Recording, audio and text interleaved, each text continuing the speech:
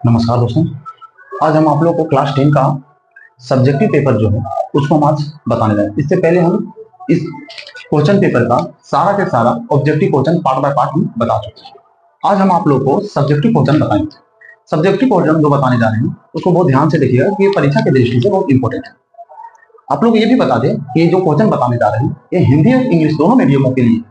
हाँ, आपको विशेष करके हम हिंदी में ही ज्यादातर बताएंगे, लेकिन इसका जो क्वेश्चन रहेगा जो आप साइड में जब देखिएगा स्क्रीन पर जो क्वेश्चन आएगा वो पूरे के पूरे आएगा, उसमें हिंदी और इंग्लिश दोनों मीडियम लिखा हुआ है। हम लोग देखते हैं इसमें सबसे पहला जो क्वेश्चन है सब्जेक्टिव का वो देखेंगे और उसको हम लोग बनाएंगे। इस बात को ध्यान में रखिएगा कि जो अगर झारखंड बोर्ड के स्टूडेंट हैं उसके लिए बहुत इंपॉर्टेंट क्वेश्चन है सारे सारे, क्योंकि अभी परीक्षा में लगभग इस तरह का क्वेश्चन पूछा जाता है। इसीलिए हम उसी हिसाब से सारा क्वेश्चन लिए हैं और उसी हिसाब से सभी क्वेश्चन को हम आपको बता रहे हैं। आप इस बात को ध्यान रखिएगा कि इसमें जो भी क्वेश्चन पूछा जाएगा वो 2 नंबर का रहेगा और 6 क्वेश्चन आप लोग को बनाना है। क्योंकि अगर आप झारखंड बोर्ड के स्टूडेंट हैं तो आपको बता दें कि आपको सेक्शन जो भी रहेगा उसमें आप लोगों को 6 प्रश्न दिया हुआ रहेगा, ठीक है। और इन 6 प्रश्नों को हम लोगों को क्या करना है, सॉल्व करना है। लेकिन टोटल क्वेश्चन जो रहेगा वो 8 क्वेश्चन रहेगा। तो 8 में से आपको सेलेक्ट करके उसमें चूज करना है जो आपको बेहतर लगे, जिसको बहुत आसानी से, जिसमें आप पूरा नंबर उठा सकते हैं, उस क्वेश्चन को बनाइएगा। उसमें से आपको 6 क्वेश्चन ही बनाना है। हम आपको सभी के सभी क्वेश्चन बताएंगे, 8 के 8 बताएंगे। और इसमें जो सब्जेक्टिव बताने जा रहे हैं इसमें सभी के सभी को पार्ट बाय पार्ट हम आपको बताएंगे, क्योंकि हम सेक्शन बी भी बताने जा रहे हैं। उसके बाद अगला पार्ट में सेक्शन सी बताएंगे, उसके बाद अगला पार्ट में सेक्शन डी बताएंगे। चलिए हम लोग सबसे पहले सेक्शन बी में जो क्वेश्चन दिया है उसका सबसे पहला क्वेश्चन को हम लोग बनाते हैं। तो देखिएगा पहला क्वेश्चन जो दिया वो देख लीजिएगा। इसका पहला क्वेश्चन दिया हुआ है कि अभाज्य गुणनखंड विधि द्वारा 96 और 404 का एचसीएफ ज्ञात कीजिए। क्वेश्चन क्या दिया हुआ है, चलिए क्वेश्चन हम लोग लिख लेते हैं। अभाज्य गुणनखंड विधि, अभाज्य गुणनखंड विधि द्वारा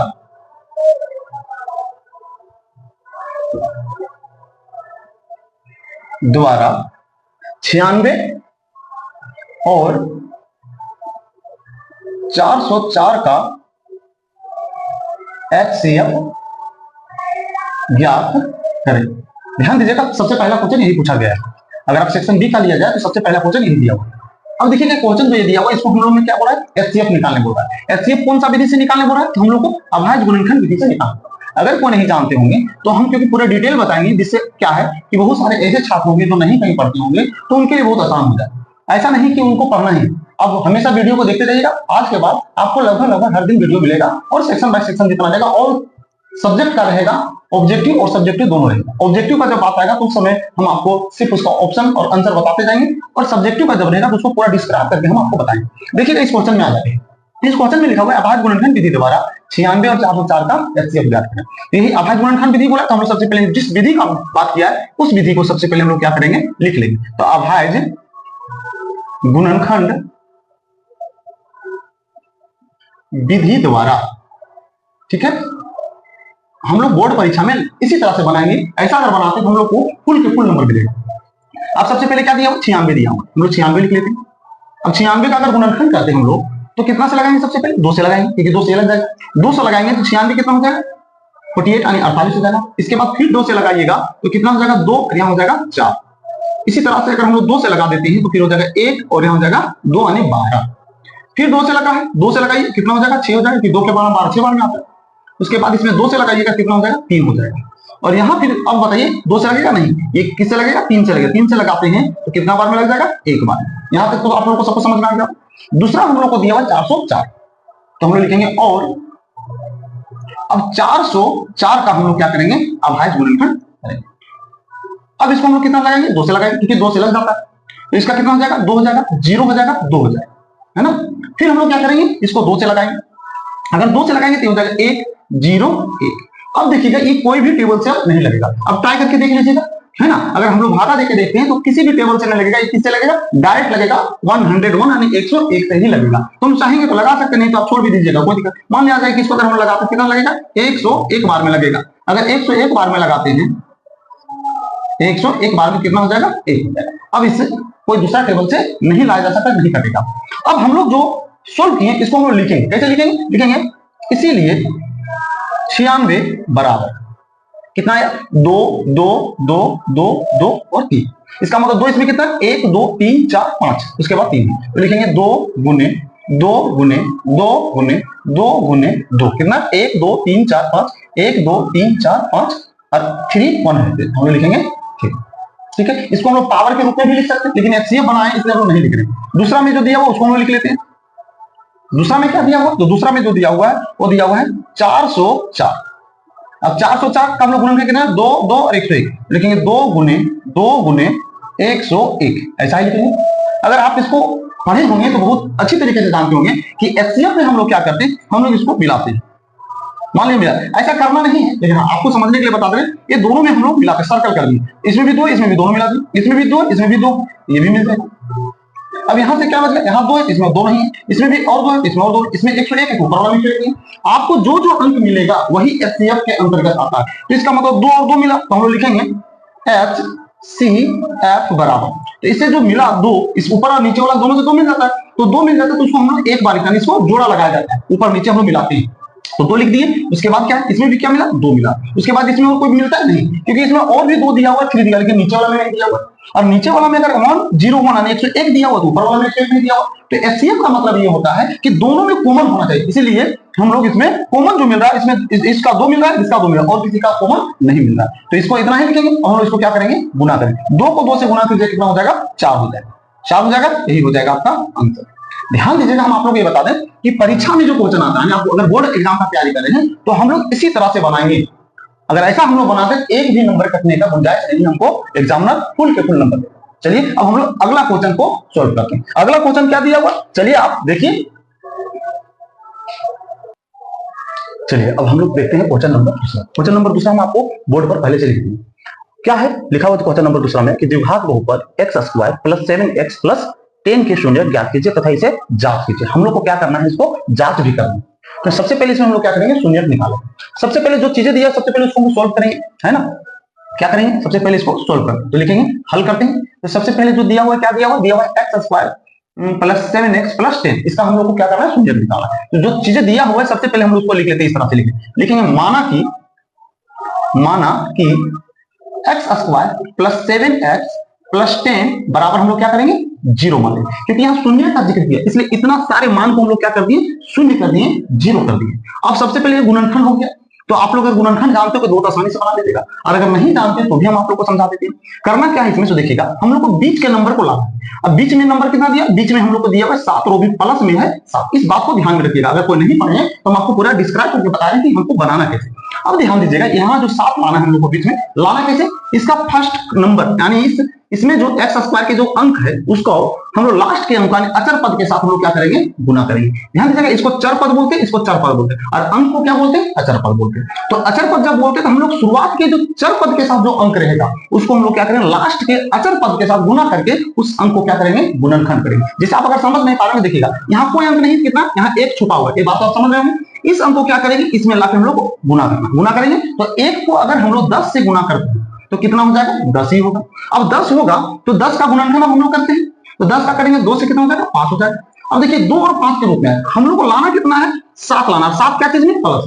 अब जब प्लस में है तो इसको जोड़ के या तो घटा के हम लोग को कितना कर देना है, 7 करना। अब बताइए 2 और 5 को कैसे लिखेंगे कि 7 आ जाएगा, तो लिखेंगे 2 + 5 बराबर कितना हो जाएगा, 7।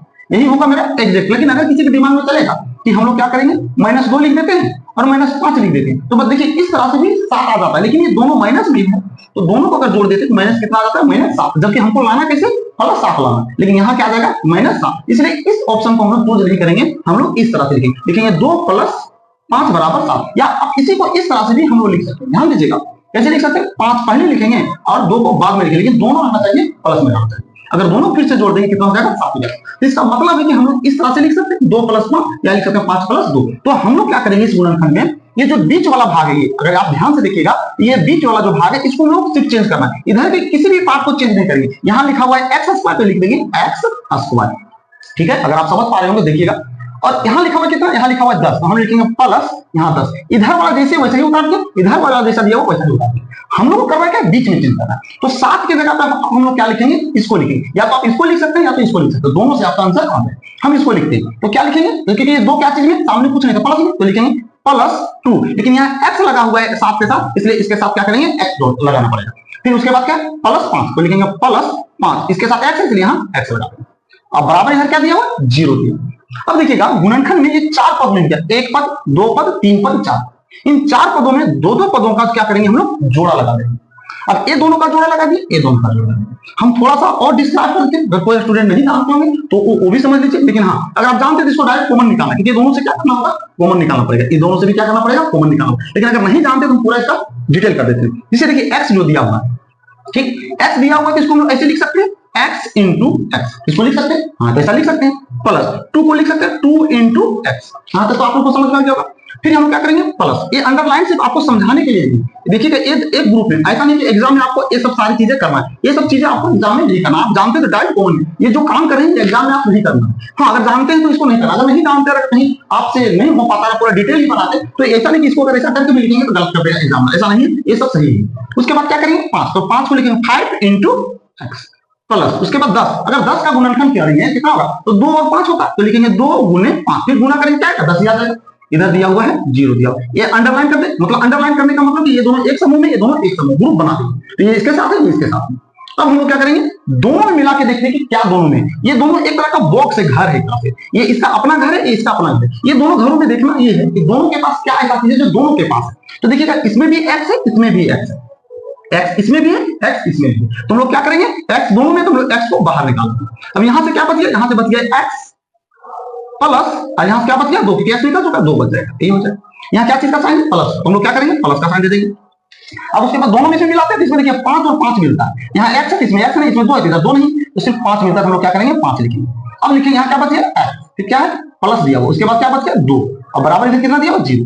हम आपको गुणनखंड का एक और तरीका समझा देते हैं कि अगर दोनों ब्रैकेट जो कॉमन निकालने के बाद अगर ब्रैकेट में जो बचता है, अगर दोनों ब्रैकेट में सेम चीज बचेगा, सेम साइन में बचेगा, तो समझिए आपका गुणनखंड सही है। और अगर दोनों का ब्रैकेट में बचा हुआ अंक जो है, या जो चीजें ब्रैकेट में लिखा गया है, अगर वो दोनों सेम नहीं, या माइनस प्लस में भी चेंजिंग है, इसका मतलब हम लोग का माइनस प्लस में मिस्टेक है। और अगर दोनों में सेम नहीं है, इसका मतलब हम लोग जो कॉमन निकालने हैं वो भी गलत है, या तो आप जो मान लिए हम लोग वो गलत है, ध्यान दीजिएगा। इसका मतलब दोनों सेम है, देखिए तो ये दोनों जब सेम है तो इसको, ये दोनों को कॉमन निकाल लेते हैं, तो इसको लिखेंगे x प्लस 2, या तो ऐसा समझ सकते हैं कि दोनों सेम है, इसलिए इसको एक बार लिखें, ठीक। अब इसके बाहर में क्या बचा हुआ, इसके बाहर में बचा हुआ है x, इसको अलग ब्रैकेट में लिखेंगे, और इसके बाहर में क्या बचा +5, तो +5, यानी इसका मतलब क्या समझा है, दोनों सेम है इसलिए एक बार लिखेंगे, और इसके बाहर में x है, इसके बाहर में +5, उसको एक अलग ब्रैकेट बना के हम लोग लिखेंगे, और इधर क्या दिया बराबर 0 दिया। अब हम लोग क्या करेंगे, तो देखिएगा x + 2, क्योंकि 0 दोनों के लिए काम करता गुना में, तो लिखेंगे 0 या x + 5 बराबर 0। हमको x का मान निकालना है, शून्य निकालना, तो x बराबर ये 2 अगर इधर ले आते हैं तो क्योंकि प्लस में इधर जाएगा तो जाएगा माइनस में 2, ठीक। इसी तरह से अगर x बराबर, क्योंकि ये भी प्लस में इधर जाएगा, क्या हो जाएगा माइनस में हो जाएगा, यानी हम लोग इसको अगर बोल सकते हो क्या हो जाएगा, शून्य कितना निकला -2 और -5, यानी द्विघात बहुपद का शून्य कितना निकला, लिखेंगे अतः द्विघात बहुपद x² + 7x + 10 के शून्यक -2 और -5 है। अभी ये समझिए कि ये मेरा आंसर हो गया। साथ में हम लोग को क्या बोला है, जांच करने बोला है। क्या करने बोला है, जांच करने। चलिए जांच अब हम लोग करते हैं। चलिए इसको हम मिटा देते हैं, अगर समझ गए होंगे तो इसको मिटा देते हैं, ठीक है। अब जांच करते हैं,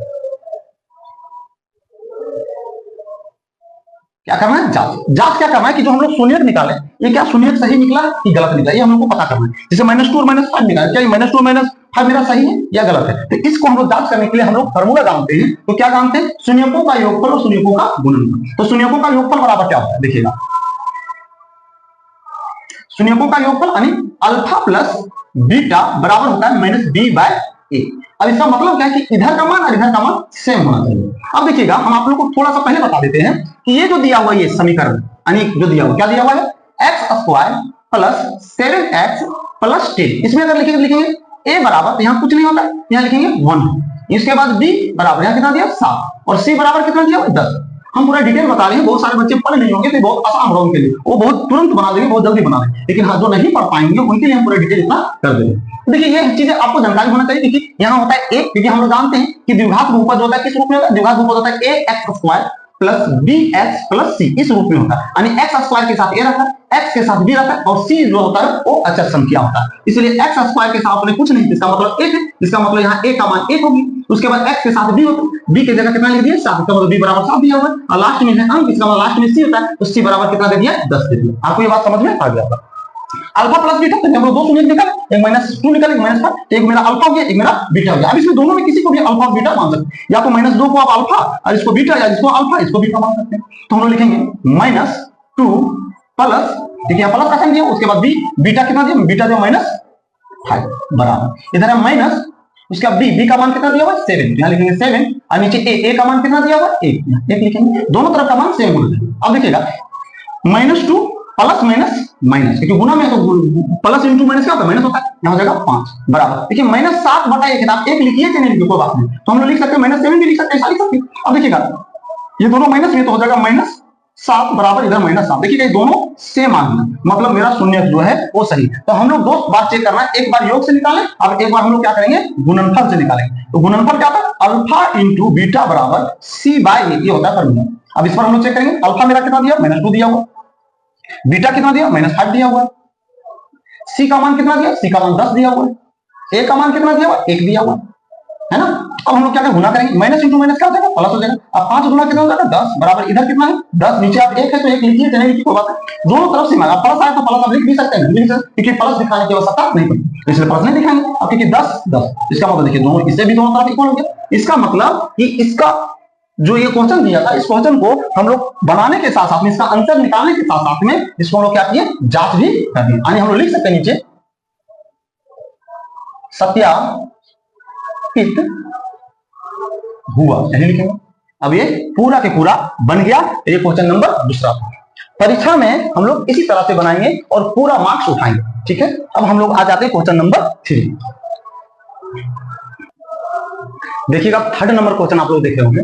तीसरा नंबर क्वेश्चन क्या दिया हुआ है कि अनुपातों का तुलना कर ज्ञात कीजिए कि निम्न समीकरण युग्म द्वारा निरूपित रेखाएं एक बिंदु पर प्रतिच्छेद करती है, समांतर है अथवा समपाती है। इसके लिए हम लोग को समीकरण दिया हुआ, समीकरण क्या दिया हुआ 5x - 4y + 8 बराबर 0, और दिया हुआ 7x + 6y - 9 बराबर 0 दिया हुआ। ये हम लोग के पास समीकरण दिया हुआ। सबसे पहले हम लोग ये जानेंगे कि प्रतिच्छेदी, समांतर या समपाती का फॉर्मूला क्या, कंडीशन क्या होता है। देखिएगा आप लोग को थोड़ा सा समझा देते।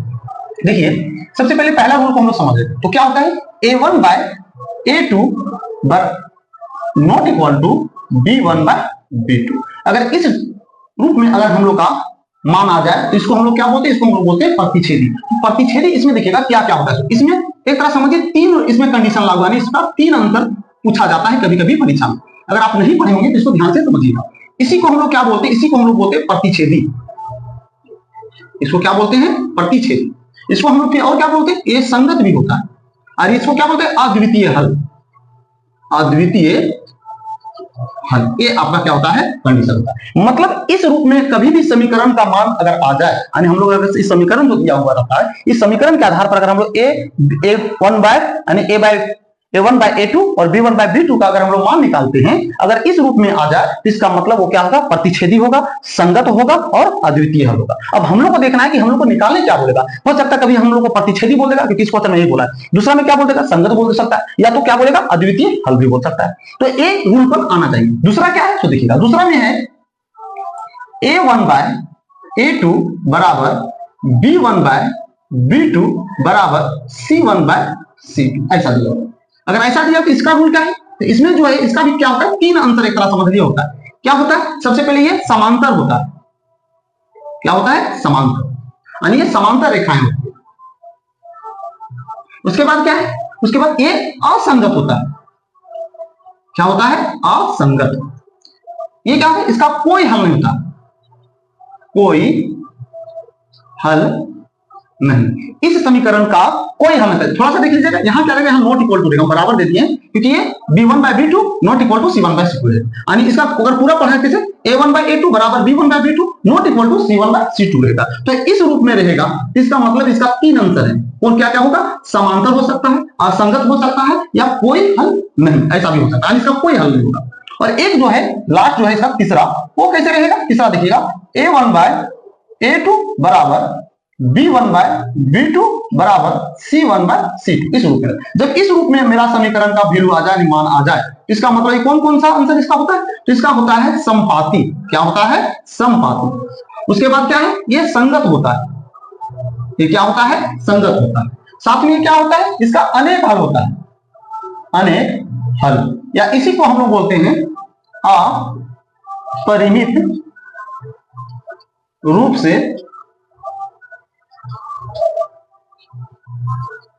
अनेक हल, ऐसा होता है। चलिए, ये अगर रूल समझ गए होंगे तो इसी के पैटर्न पर इसको हमको बनाना है। सबसे पहले हम लोग इसको लिख लेते हैं, है ना? क्या लिखेंगे? दिए गए समीकरण, दिए गए समीकरण, दिया गया समीकरण क्या है? लिखा हुआ है 5x - 4y + 8 बराबर 0। ये हो गया मेरा समीकरण 1, इक्वेशन 1 हो गया। दूसरा में, और 7x + 6y - 9 = 0, ये हो गया समीकरण 2। यही हो गया। अब इसके आगे लिखेंगे, जहां a1 बराबर, समीकरण 1 जो कैसा होता है? a1 b1 c1, a2 b2 c2। अगर आप पढ़े होंगे अब भले भांति काम करेंगे, तो a1 बराबर 5, b1 बराबर -4 क्योंकि माइनस में था, और c1 बराबर 8 क्योंकि 8 क्या चीज है? प्लस में। अब लिखेंगे a2 बराबर, a2 बराबर कितना दिया? 7, b2 बराबर कितना दिया हुआ? 6, और c2 बराबर कितना दिया? -9। अब हम लोग यहां जाते हैं, लिखेंगे अब क्या करेंगे? अब हम लोग सबसे पहले बारी बारी से निकालते हैं। सबसे पहले निकालते हैं a1/a2 का मान। तो a1/a2 का अगर मान निकालेंगे तो a1 का मान कितना दिया हुआ? 5 दिया हुआ है, और a2 का मान कितना दिया हुआ? 7 दिया हुआ। बताइए कटेगा क्या? इसका मतलब a1/a2 का मान आंसर कितना गया? 5/7। चलिए यहां तक आप लोग समझ गए हो। दूसरा में हम लिखते हैं b1/b2 बराबर, तो b1 का मान कितना दिया? -4, और b2 का मान कितना दिया हुआ? 6 दिया हुआ है। अगर कटेगा तो आप काट सकते हैं, तो 2 से काटते हैं, तो 2 के पावर 6 3 बार, 2 के पावर 4 2 बार। मेरे पास कितना आ गया? तो हम लोग के पास आ गया -2/3। अब हम लोग c1/c2 निकालेंगे, लेकिन उसको नहीं निकालते इसलिए क्योंकि ये दोनों का आंसर मिलाइएगा। a1/a2 का आंसर 5/7, और b1/b2 का आंसर आता है -2/3। बताइए दोनों का आंसर सेम है। ये आंसर 5/7 है, जबकि इसका आंसर -2/3 है। क्या दोनों आंसर मिल सकता है? नहीं। इसका मतलब लिख सकते हैं, इसीलिए a1/a2 not equal to b1/b2। Not equal to का मतलब यही होता है कि a1/a2 का जो आंसर है 5/7, और b1/b2 का जो आंसर है, दोनों एक दूसरे के बराबर नहीं है। यानी 5/7 है, इसका भी कितना आना चाहिए था? 5/7। तो हम लोग यहाँ क्या करते हैं? बराबर का साइन देते हैं, लेकिन ऐसा है नहीं। अब जब ये नहीं है तो हम लोग को पूछ रहा था कि बताइए कि जो क्या दिया? अनुपातों का तुलना के निरूपित रेखाएं एक बिंदु पर प्रतिच्छेद करती है, समांतर या समपाती। तो बताइए क्या है ये क्या है? तो रूल में आ जाइए, इसमें आपके देखिएगा, तो देखिएगा इस तरह से रहता है। क्या बोलते हैं? देखिए, तो इस अलग है फर्स्ट में क्या बोलते हैं? प्रतिच्छेदी, संगत, अद्वितीय। तो क्योंकि इस क्वेश्चन में हम लोग को प्रतिच्छेदी पूछा है, तो इसका मतलब ये क्या है? प्रतिच्छेदित। नीचे लिख सकते हैं, अतः या प्रतिच्छेदी है। यही क्या हो जाएगा? देखिए, बहुत से आसान सा क्वेश्चन था। आपको सिर्फ ये आपको ध्यान में रखना है, ये आपको आदमी चाहिए, ये आपको जानना है, तभी आप इस क्वेश्चन को बहुत आसानी से बना लीजिएगा। अब चलिए हम लोग क्वेश्चन नंबर आ जाते हैं 4। चलिए क्वेश्चन नंबर 4 देखिए। क्वेश्चन नंबर 4 में क्या दिया हुआ है कि बिंदुओं A 2 3 और B 4 A के बीच की दूरी क्या है। हम लोग को डिस्टेंस फार्मूला से इस क्वेश्चन को क्या करना है? बनाना है। दूरी सूत्र से दिया हुआ है। चलिए सबसे पहले हम लोग लिख लेते हैं, जहां x1 बराबर 2, y1 बराबर 3, x2 बराबर 4 और y2 बराबर 1। क्योंकि दूरी सूत्र दिया, मतलब हम लोग क्या बोल रहा है कि दो बिंदु दिया हुआ है, एक है A और एक क्या दे दिया है? B दे दिया हुआ है। इसका वैल्यू कितना दिया हुआ? इसका दे दिया हुआ है 2 और 3, और इसका कितना दिया हुआ? 4 और 1 दिया हुआ। हमने दोनों के बीच से क्या करना है? दूरी निकाला है। तो हम लिखेंगे डिस्टेंस फार्मूला से बनाएंगे, तो लिखेंगे दूरी सूत्र द्वारा। अब फार्मूला क्या होता है? तो लिखेंगे ए बी, क्योंकि इसमें जो नामकरण किया ए बी, ए बी बराबर फार्मूला क्या होता है? x2 - x1 का whole square plus y2 - y1 का होल स्क्वायर। यही होता है, इसका फार्मूला होता है ना। अब हम इस पर क्या करेंगे? मान बैठा देंगे। बस सिंपल सा इतना ही करना है, उसके बाद इसका आंसर आ जाएगा। देखिएगा x2 का मान कितना दिया हुआ? 4 दिया हुआ है। यहां लिखेंगे 4 माइनस x1 का मान कितना दिया हुआ? 2 दिया हुआ है। हम लोग क्या करेंगे? 2 लिखेंगे। इसका क्या करेंगे? इसका ऊपर में स्क्वायर लगा हुआ है। y2 का मान कितना दिया हुआ? 1 दिया हुआ है, और y1 का मान कितना दिया हुआ? 3 दिया हुआ है। इस पर क्या करेंगे? स्क्वायर कर देंगे। आप लोगों को बता दें कि सारे के सारे क्वेश्चन हम आपको जो ऑफलाइन एग्जाम लिया जाता है उसका सभी के सभी क्वेश्चन हम आप सब्जेक्टिव में बताएंगे। आप इसको बहुत अच्छी तरीके से पढ़ लीजिएगा, आपको इसका क्वेश्चन स्क्रीन पर भी आप देख सकते हैं और इसको एक बार आप खुद से भी इसको बनाने का कोशिश कीजिएगा। और अगर ऐसा बना लेते हैं तो ये ध्यान रखिएगा परीक्षा के लिए आपका इंपॉर्टेंट क्वेश्चन रहेगा, और अगर कहीं परीक्षा में सब सारे क्वेश्चन आते हैं तो बहुत आसानी से बना लीजिएगा। चलिए इस पर आ जाते हैं। 4 में से तो कितना बचेगा 2, इसका 2 का स्क्वायर हो जाएगा। यहां से 3 में से 1 चला जाएगा तो कितना बचेगा -2 बचेगा, इसका स्क्वायर हो जाएगा, है ना। अब क्या करें 2 का स्क्वायर, तो 2 का स्क्वायर मतलब होता है 2 गुने 2 प्लस यहां लिखेंगे -2 इंटू -2 ऐसा लिखेंगे। ये आपको लिखने की जरूरत नहीं है क्योंकि आप डायरेक्ट लिख सकते हैं, लेकिन हम आपको समझाने के लिए ऐसा कर दिए। अब देखिएगा 2 का स्क्वायर 4 और माइनस इंटू माइनस क्या हो जाएगा प्लस, और 2 को 2 से गुना कितना हो जाएगा 4 हो जाएगा। अब 4 और 4 को जोड़ दीजिए कितना हो जाता है 8 हो जाता है।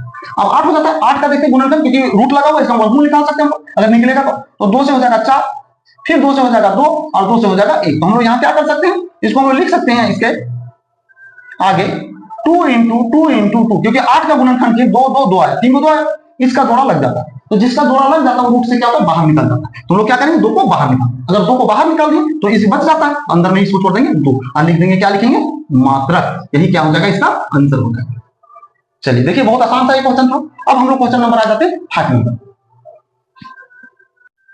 चलिए अब क्वेश्चन नंबर 5 देखिए।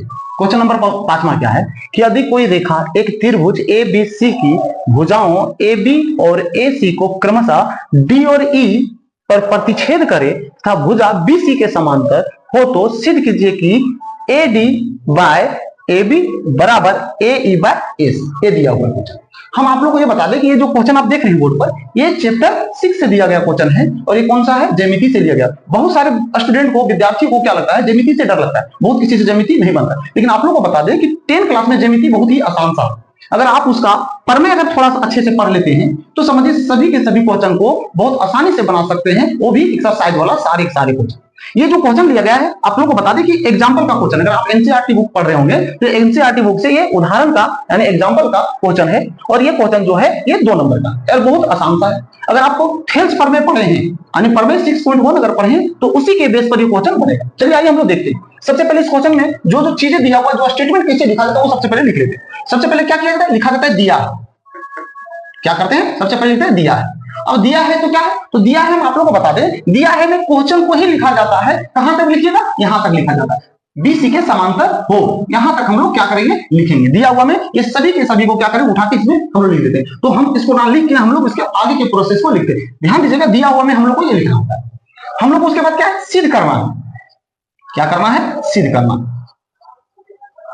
सिद्ध करना, सिद्ध क्या करना है, सिद्ध करना देखिए वो लिखा हुआ है कि AD बाय AB बराबर AE बाय AC, तो सिद्ध करना। लेकिन इसके लिए जो फिगर जरूरत है वो फिगर अभी हम लोग छापे नहीं, सबसे पहले फिगर को हम लोग ड्रॉ करते हैं। तो क्वेश्चन के अनुसार में जो चीजें बोला सबसे पहले वो लिखा हुआ यदि कोई रेखा एक त्रिभुज ABC, सबसे पहले क्या बोला एक त्रिभुज जो क्या है ABC, तो सबसे पहले एक त्रिभुज छापते हैं।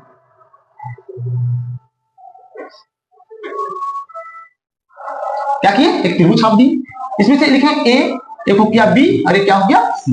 क्वेश्चन में क्या लिखा हुआ है कि एक त्रिभुज अगर AB छाप लेते हैं बनाते हैं तो उसमें भुजाओं AB और AC, तो AB मेरा ये है और AC मेरा A है। भुजाओं AB और AC को क्रमशः D और E, अब इसमें क्या है एक बिंदु ले लेना है, जो एक हो जाएगा क्या हो जाएगा D और एक क्या हो जाएगा E हो जाएगा। अगर आप थेल्स पर में पढ़े होंगे यानी 6.1 पर में पढ़े होंगे सेम उसी के जैसा फिगर बनाना होता है।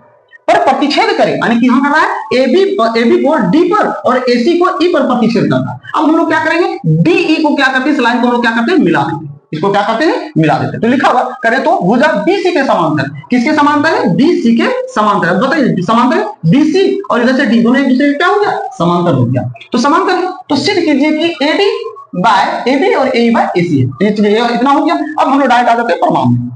इसमें हम लोग रचना भी कर सकते थे। रचना क्या की हम लोग रचना में बोल सकते हैं D को मिला दिए जो BC के समांतर है, लेकिन हम लोग को दिया हुआ नहीं बोल दिया तो हम लोग को ऐसा करने की जरूरत नहीं है। तो प्रमाण में अब हम लोग क्या करेंगे, प्रमाण लिखेंगे त्रिभुज ABC में, त्रिभुज ABC। अब सबसे पहले त्रिभुज लिए, उसमें से क्या है दिया हुआ है DE समांतर BC, ये क्या है दिया हुआ है। ज्यामिति बनाने का तरीका यही होता है कि जो जैसे दिया हुआ उस तरह से हम लोग ब्रैकेट में करके वो चीजें मेंशन करना पड़ेगा, बताना पड़ेगा कि इसको हम लिखे कहां से और कहां से दिया हुआ था। तो D समांतर BC ये दिया हुआ क्योंकि यहां बता दिया कि BC के समांतर है, इसका मतलब D किसके समांतर है BC के समांतर, इसलिए हम यहां लिख दिए।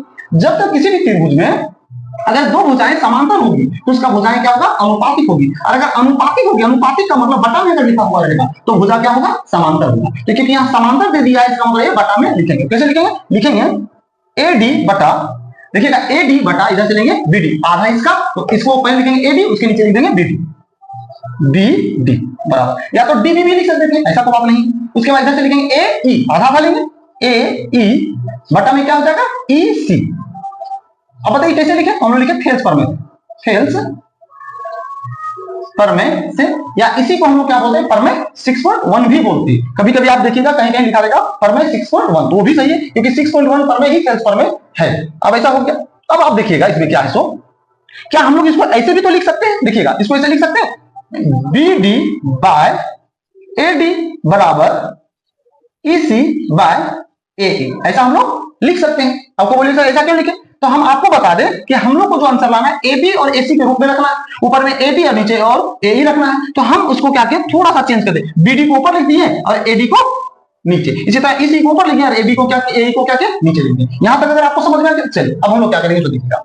हम लोग क्या करते हैं, इसमें हम लोग क्या करते हैं, एक जोड़ देते हैं। आपको बोलेगा एक कैसे जोड़े, क्या जरूरत था, तो क्योंकि हम लोगों को भुजा को पूरा करना, यानी ए बी जो है, देखिएगा ए बी एक पूरा भुजा लिया गया है, तो इस पूरे भुजा को बनाने के लिए हम लोग क्या करेंगे, हम लोग एक जोड़ देंगे। क्योंकि अभी जो दिया गया है बताइए भुजा को पूरा लिया नहीं, इसमें आधा आधा है, इसलिए आधा आधा को पूरा करने के लिए हम लोग क्या करेंगे, इसमें एक जोड़ देंगे। तो ऐसा लिखेंगे, लिखेंगे दोनों ओर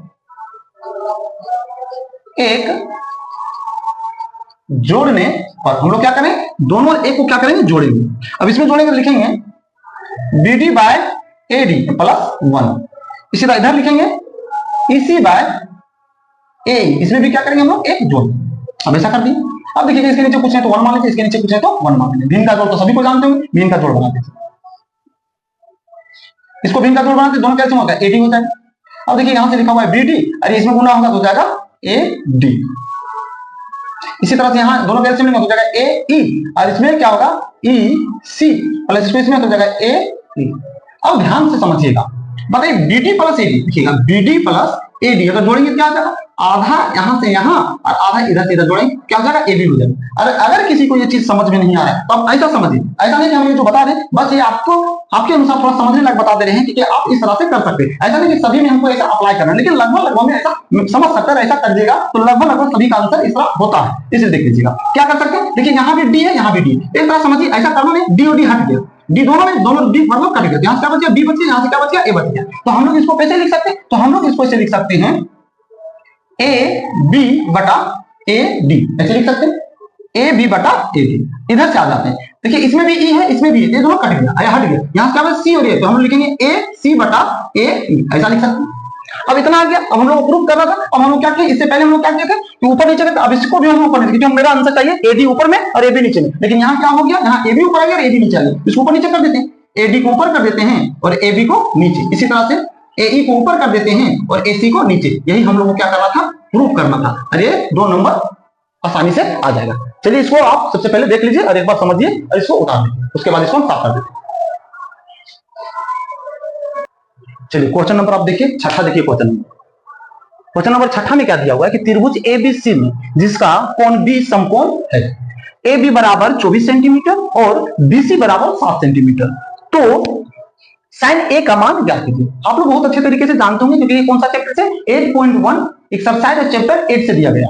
अब अगर चैप्टर 8 से दिया गया सबसे पहले इस चैप्टर को बनाने के लिए हम क्या करते थे, सबसे पहले एक समकोण त्रिभुज बनाते थे। अब उस समकोण त्रिभुज में बनाने के बाद उसमें से जो भुजा नहीं दिया रहता है सबसे पहले क्या करेंगे, उस भुजा को ज्ञात करेंगे। चलिए सबसे पहले हम लोग इस क्वेश्चन को सोल्व करना शुरू करते हैं। क्वेश्चन में जो दिया हुआ है उसके अनुसार में सबसे पहले हम लोग क्या करेंगे, समकोण त्रिभुज बनाएंगे।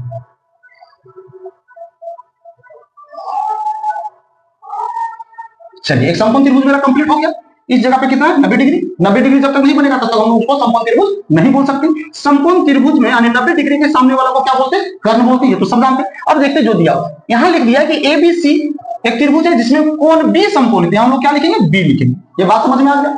उसके बाद हम लोग के पास देखेंगे कि जो त्रिकोणमितीय अनुपात निकालने बोलता है उसमें जो कौन बताया है, वो कौन सा लेटर लिया उसने, ए लिया, तो हम लोग क्या करें, ए को हम लोग यहाँ लिख देंगे। ए नियम कौन बताता है, इसको हम लोग ऊपर भी लिख सकते हैं, क्योंकि यहाँ जो रहता है साइन के साथ जो ये जो एंगल बताता है, कौन बताता है, वो हमेशा न्यू कौन बताता है, ध्यान में रखिएगा। तो यहाँ ए लिख दिए, यहाँ बी लिखा, यहाँ क्या हो जाएगा, सी हो जाएगा। अब हम लोग मान पर आ जाते हैं, तो मान दिया गया ए बी बराबर दिया हुआ है 24 सेंटीमीटर, तो ए बी मेरा कौन सा, ये मेरा कितना दे दिया, 24 सेंटीमीटर। उसके बाद बीसी, तो बीसी कितना दिया हुआ है, 7 सेंटीमीटर। हमको क्या निकालना है, कर्व निकालना है, यानी एसी निकालना है। तो सबसे पहले जो दिया उसको लिख लेते हैं, ए बी बराबर कितना है, 24 सेंटीमीटर। उसके बाद है बीसी, बीसी बराबर कितना दिया हुआ है, 7 सेंटीमीटर। हमको चाहिए एसी, तो एसी बराबर कितना दिया हुआ है, एसी बराबर नहीं दिया हुआ है, तो एसी मेरा क्या है, कर्ण है। ध्यान दीजिएगा, अगर कोई नहीं जानते होंगे देखिएगा, ये मेरा क्या है, कर्ण है। कर्ण को इंग्लिश में बोलते हैं हाइपोटेन्यूस, एस से डिनोट करते हैं। उसके बाद इसको क्या बोलते हैं, आधार, नीचे वाला क्या हो गया, आधार। आधार को क्या किससे डिनोट करते हैं, बीस यानी बेस हो गया। उसके बाद इसमें क्या हो गया, लंब हो गया, ये क्या हो गया मेरा, लंब। लंब को क्या चीज डिनोट करते हैं, पीस यानी परपेंडिकुलर बोला जाता है। चलिए सबसे पहले इसमें आ जाते हैं, तो हम लोग को कर्व निकालना है, लिखेंगे चूंकि कर्व बराबर फार्मूला होता है रूट अंडर लंब का स्क्वायर प्लस आधार का स्क्वायर। अगर इस चैप्टर को आप पढ़े होंगे, इस एक्सरसाइज को अगर पढ़े होंगे, तो ये सभी फार्मूला आप लोग जानते हैं। ठीक, तो कर्व मेरा क्या, एसी, हम लोग यहाँ एसी लिख देते हैं।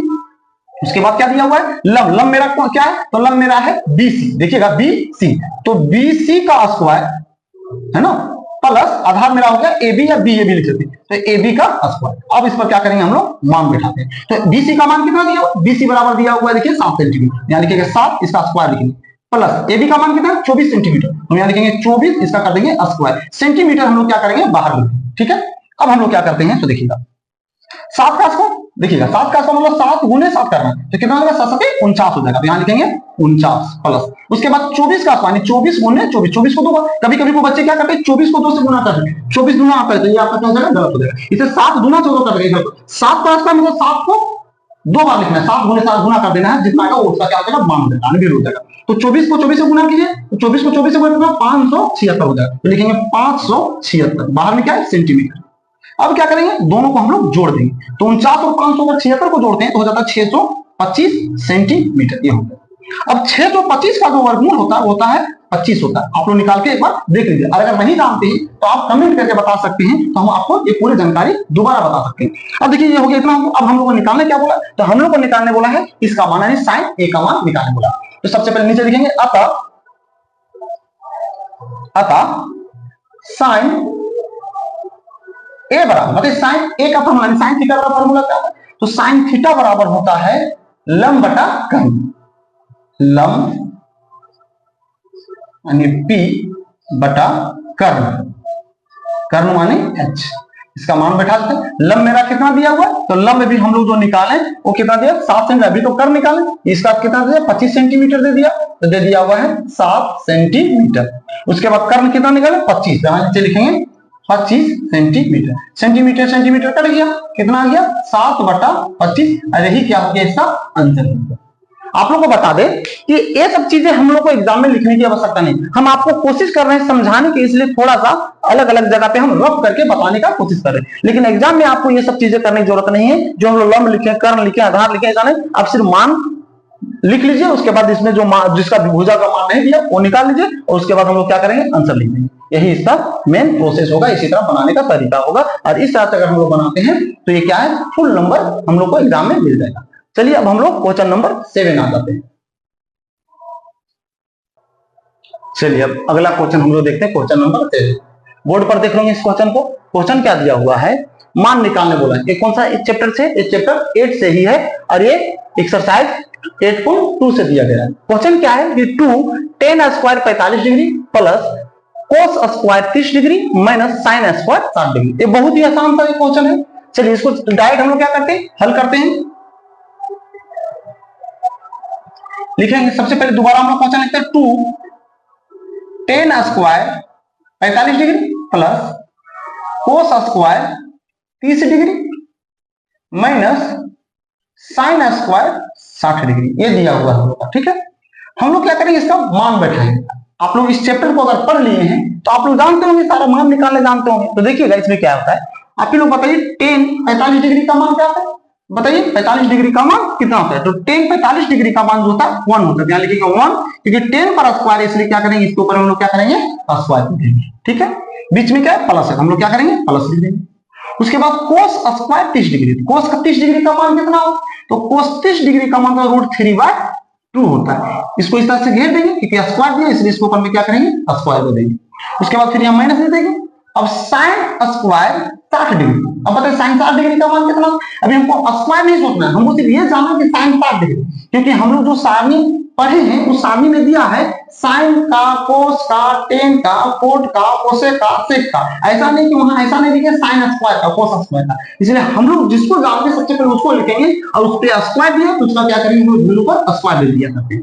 तो यहाँ साइन 60 डिग्री, तो साइन 60 डिग्री का मान होता है √3/2 और क्या होता है इस पर स्क्वायर दे, इसलिए इसके ऊपर भी क्या करेंगे हम लोग स्क्वायर दे देंगे। अब देखिएगा इस क्वेश्चन को देखेंगे 2 × 1 × 1, स्क्वायर तो 2 बार लिख सकते हैं, फिर प्लस का चिन्ह देंगे, यहाँ प्लस दिया इसको लिख सकते हैं √3/2 × √3/2, ऐसा लिख सकते हैं, 2 बार लिख सकते हैं ना। फिर माइनस इसमें भी लिखेंगे √3/2 × √3/2, ऐसे लिख सकते हैं। अब देखिएगा क्या करेंगे, इसको गुना करेंगे कितना हो जाएगा 2 हो जाएगा, √3 गुना कर कितना होगा 3 हो जाएगा, ऊपर से √3 कितना हो जाएगा 3। अगर किसी को लगता है सर नहीं समझ पाए, देखिए क्या है √3 है इंटू √3 गुना करेंगे कितना हो जाएगा 9 हो जाएगा, और 9 का वर्गमूल कितना होता है 3। या तो आप इसको इस तरह से भी समझ सकते हैं, कैसे समझ सकते हैं तो देखिए लिख सकते हैं √3 × √3, क्या हम लोग इसको एक के अंदर ही कर दें, दोनों रूट में दोनों को अंदर कर देते तो 3 × 3 कर देंगे। अब बताइए इसका जोड़ा लग जाता, क्योंकि रूट लगा रहता है, रूट का मतलब होता है वर्गमूल, इसका वर्गमूल, अब जोड़ा लग जाएगा तो क्या हो जाएगा 3 बाहर निकल जाएगा। इसलिए हम इसमें क्या करें डायरेक्ट हम क्या कर दिए 3 लिख दिए, और नीचे पर रूट लगा हुआ नहीं, इसका मतलब गुना होगा, तो 2 गुना कितना हो जाएगा 4 हो जाएगा। फिर यहाँ क्या है माइनस, इसी तरह ये भी हो जाएगा 3 हो जाएगा और 2 गुना कितना हो जाएगा 4 हो जाएगा। अब देखिएगा 3/4 माइनस में, 3/4 प्लस में, तो माइनस प्लस कट जाता है, तो मेरे पास कितना बच गया 2, यही क्या हो गया आंसर हो गया। बहुत ही आसान सा क्वेश्चन था, बहुत आसानी से बन गया। अब चलिए अब हम लोग इसका नेक्स्ट क्वेश्चन देखते हैं 8वां नंबर का। ये सेक्शन बी का लास्ट क्वेश्चन देखेंगे, उसके बाद नेक्स्ट वीडियो में हम आप लोगों को सेक्शन सी का बताएंगे, ठीक है। आप इसके पहले जो बता रहे हैं वो आप देख लीजिए अच्छे से और एक बार रिवीजन कर लीजिए। चलिए सेक्शन बी का हम लोग लास्ट क्वेश्चन देखते हैं।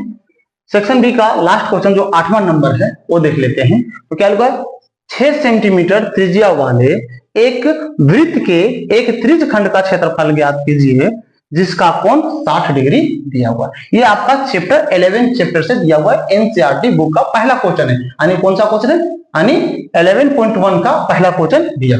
चलिए अब हम लोग सबसे पहले इस क्वेश्चन को सॉल्व करते हैं। तो जो चीजें दिया हुआ है सबसे पहले हम लोग क्या करेंगे उसको लिख लेंगे। दिया है, क्या दिया हुआ है, तो त्रिज्या, वृत्त का क्या दिया हुआ है त्रिज्या, यानी r बराबर दिया हुआ है 6 सेंटीमीटर, और कोण कितना दिया हुआ है, कोण यानी थीटा बराबर दिया हुआ है 60 डिग्री, क्योंकि कोण को हम लोग थीटा से डिनोट करते हैं, यही दिया हुआ। हम लोग को त्रिज्यखंड का क्षेत्रफल निकालने बोल रहा है, तो लिखेंगे त्रिज्यखंड का क्षेत्रफल बराबर theta by 360 degree pi r²। देखिएगा अभी इस चैप्टर को जब आप पढ़ेंगे तो इसमें एक होता है संगत लघु त्रिज्यखंड का क्षेत्रफल, एक होता है दीर्घ त्रिज्यखंड का क्षेत्रफल। तो किसी भी क्वेश्चन को अगर हम लोग बनाते हैं और जब तक क्वेश्चन में जब तक दीर्घ निकालने नहीं बोले तब तक हमेशा उस क्वेश्चन में किसका मान निकालेंगे, लघु का निकालेंगे, क्योंकि त्रिज्यखंड का जिक्र जब भी रहेगा तो हम लोग जानते हैं कि त्रिज्यखंड का ही फॉर्मूला लगेगा। लेकिन हम लोग लघु लगाएंगे कि दीर्घ लगाएंगे उसके लिए किस पर निर्भर करता है, क्वेश्चन के ऊपर निर्भर करता है। अगर क्वेश्चन में अगर आपका जिक्र कर दिया है कि दीर्घ निकालिए तब निकालेंगे, नहीं तो हमेशा क्वेश्चन में हमेशा लघु निकालें। अगर क्वेश्चन में नहीं लिखा रहे या लिखा रहेगा तो भी हम लोग क्या करेंगे लघु निकालेंगे, क्योंकि इस क्वेश्चन में कहीं जिक्र नहीं किया गया कि लघु त्रिज्यखंड निकालिए, लेकिन इसमें ये बात बता दिया है कि ये त्रिज्यखंड का क्षेत्रफल। तो जब त्रिज्यखंड का क्षेत्रफल बढ़ेगा तो हम लोग इसमें किसका लगाएंगे, लघु का लगाएंगे।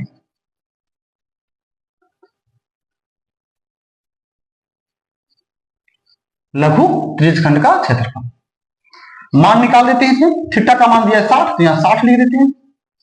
360 डिग्री गुने पाई का मान था 22/7, आर का मान कितना दिया हुआ है 6 दिया हुआ, इसका स्क्वायर कर देंगे सेंटीमीटर स्क्वायर। ठीक, अब हम लोग क्या करेंगे 60 डिग्री बाय 360 डिग्री यही दिया हुआ है इंटू 22/7, 6 को 2 बार लिख सकते हैं, 6 गुने 6, यहाँ सेंटीमीटर स्क्वायर। अब जो कटेगा काट देंगे, 60 के पारा में 360 6 बार में 6 से काटिएगा तो 6 और 6 कट जाएगा। अब हम लोग के पास क्या बच गया 22 और 6, तो गुना कर देते हैं। देखिएगा अगर हम लोग 22 को 6 से गुना करते हैं कितना होगा 6 दूना 12, 6 दूना 12 रे 13, तो 100 हो जाता है 32, तो लिखेंगे 132। नीचे कितना बच गया 7, तो नीचे लिखेंगे 7 सेंटीमीटर स्क्वायर। यही क्या हो जाएगा इसका आंसर हो जाएगा, और यही इसका आंसर है।